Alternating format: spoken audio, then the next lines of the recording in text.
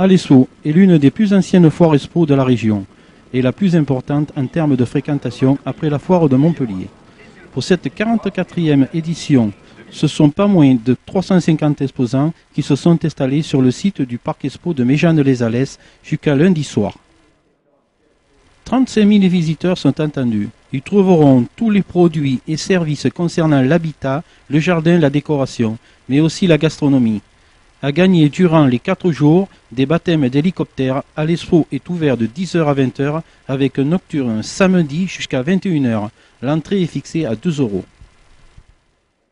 Voilà, donc pour organiser cette manifestation, donc pour pouvoir, disons, organiser les 350 exposants que nous avons sur le site, nous sommes 8 personnes et une secrétaire qui est à temps plein. Voilà, donc des personnes qui s'occupent de l'organisation. On a monsieur Ray qui est façadier. Nous avons madame Combernous, donc, qui est la première vice-présidente, qui fait radiateur sur Alès. Nous avons Nicolas Charex, lui qui fait la pierre. Nous avons un gars qui fait de la piscine, donc c'est Cédric Serville.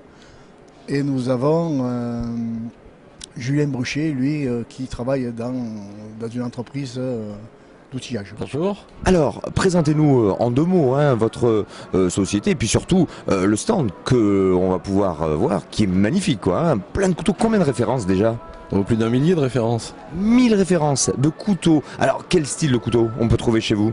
Toutes sortes de couteaux. Ça va du couteau de pose jusqu'au couteau professionnel pour les restaurateurs ou le particulier. Est-ce que le Landru, vous l'avez ? Non.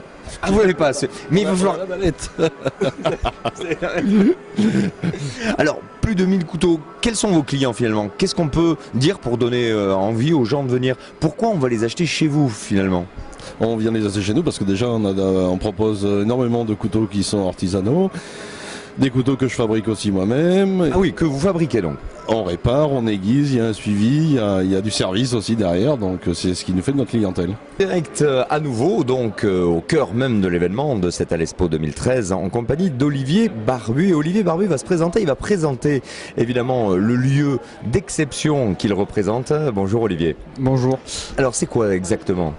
Donc en fait, nous sommes présents sur le bassin d'Alès et la foire Expo d'Alespo par rapport à la proximité de la station thermale de Saint-Laurent-les-Bains qui se trouve entre Villefort et Langogne, donc non pas en Lozère mais côté Ardèche, vraiment limitrophe avec la Lozère, où nous avons une station thermale donc qui soigne les rhumatismes, tous les problèmes ostéo-articulaires, d'articulation, donc problèmes de souplesse, de douleur.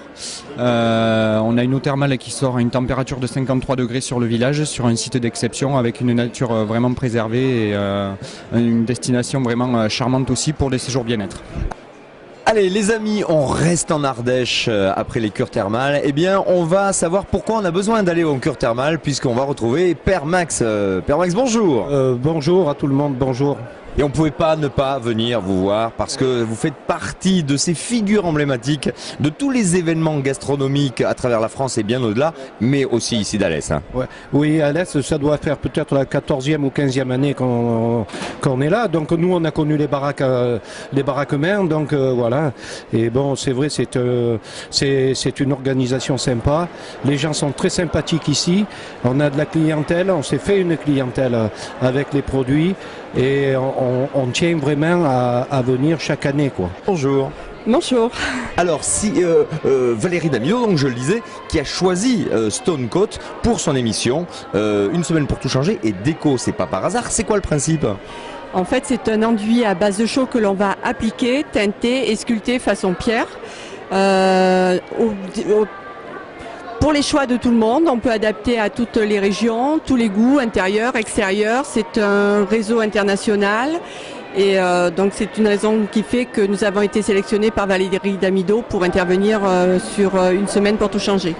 Donc si vous avez envie évidemment de valoriser votre maison, parce que c'est vrai que la pierre aujourd'hui, avant on l'a cachée, aujourd'hui on la valorise et on la met en avant, eh bien vous venez les voir, ils sont juste à côté de l'espace restaurant. Merci Sylvie. Merci. Allez, en direct avec Damien Philippot. Damien, bonjour. Présentez-nous le stand. Oui, bonjour. Donc là, nous sommes sur le stand de Seven Isolation, Seven Chape Fluide. Donc, c'est deux sociétés qui nous proposent donc de la mousse polyuréthane projetée. pour le plancher chauffant. Donc on peut voir sur notre droite, vous le verrez en image, ça nous permet d'enlever le poste de ravoirage et de liaison à la fois. Donc on gagne en termes d'efficacité car il n'y a plus de pont thermique. Et ensuite on met la chape liquide par-dessus. Voilà.